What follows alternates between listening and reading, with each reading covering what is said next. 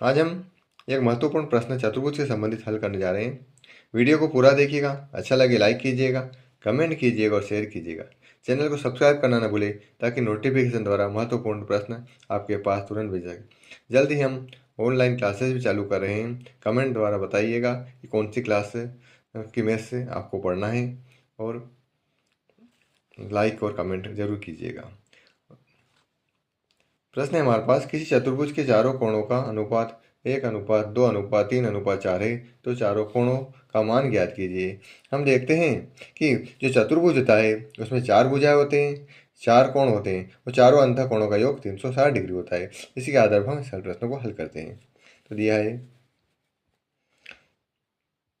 माना चतुर्भुज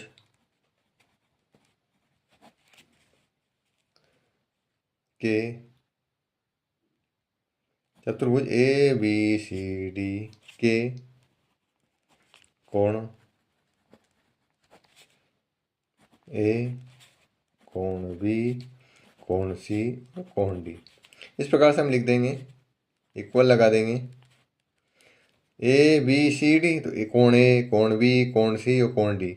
अब अनुपात को लाइन से लिख लेंगे। 1 2 3 4 दिया हुआ है, तो जो दिए हुए अनुपात है वही लिखना है अपने को। यहाँ पे 1 दिया हुआ है तो 1, फिर 2 3 ये 4, ये गिनती नहीं लिखी है, हमने ये अनुपात को लिखा है।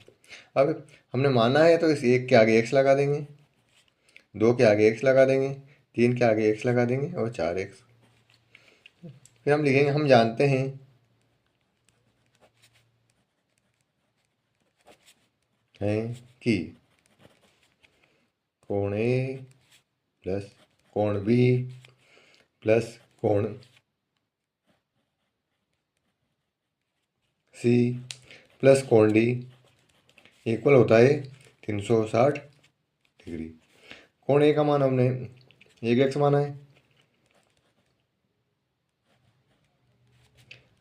2x 3x और 4x।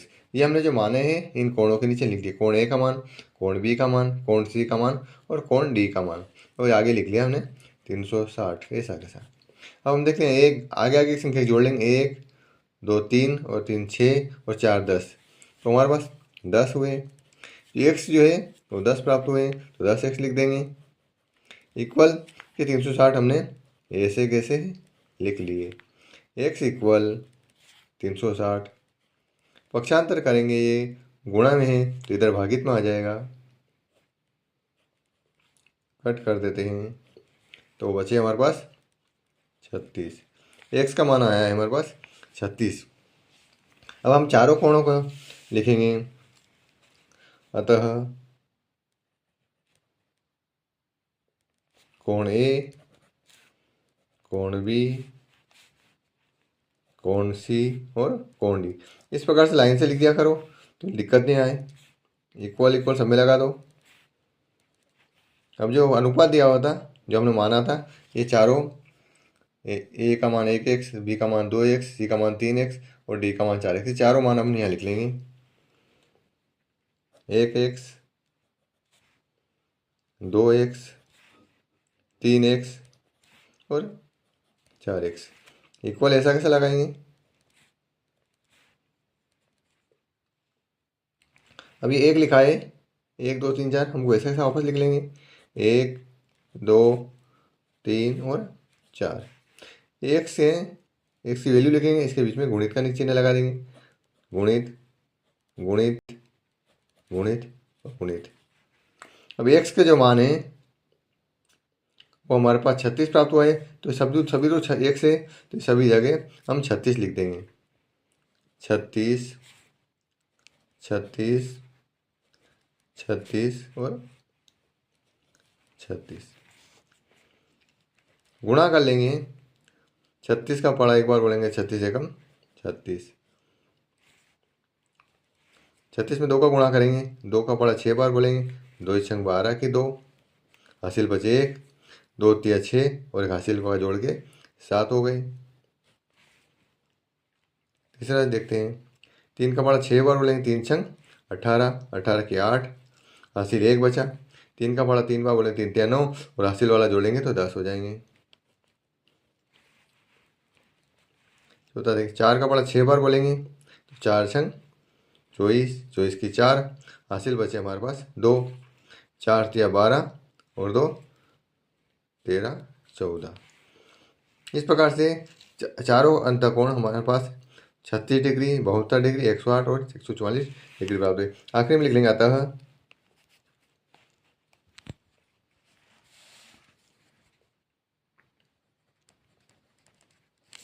चतुर्भुज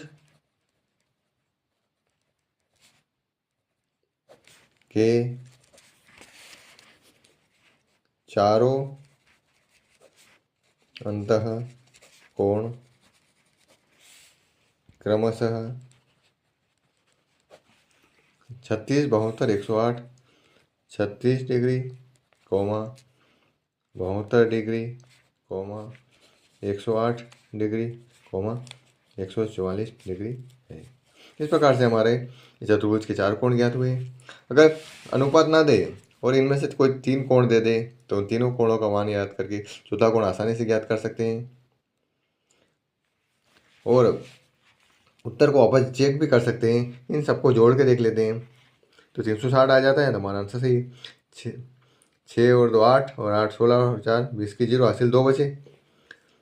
3 और 2 हासिल के 5, 5 और 7 12, 12 और 4 16 की 6, हासिल 1 बचे। 1 2 3 तो जोड़ने पर इनका मान 360 आता है, मतलब हमारा आंसर बिल्कुल सही है। इस प्रकार से चैनल को सब्सक्राइब करना न भूले और हमारे वीडियो को देखते रहिए, लाइक कीजिए, कमेंट कीजिए और चैनल को सब्सक्राइब करना न भूलें। धन्यवाद।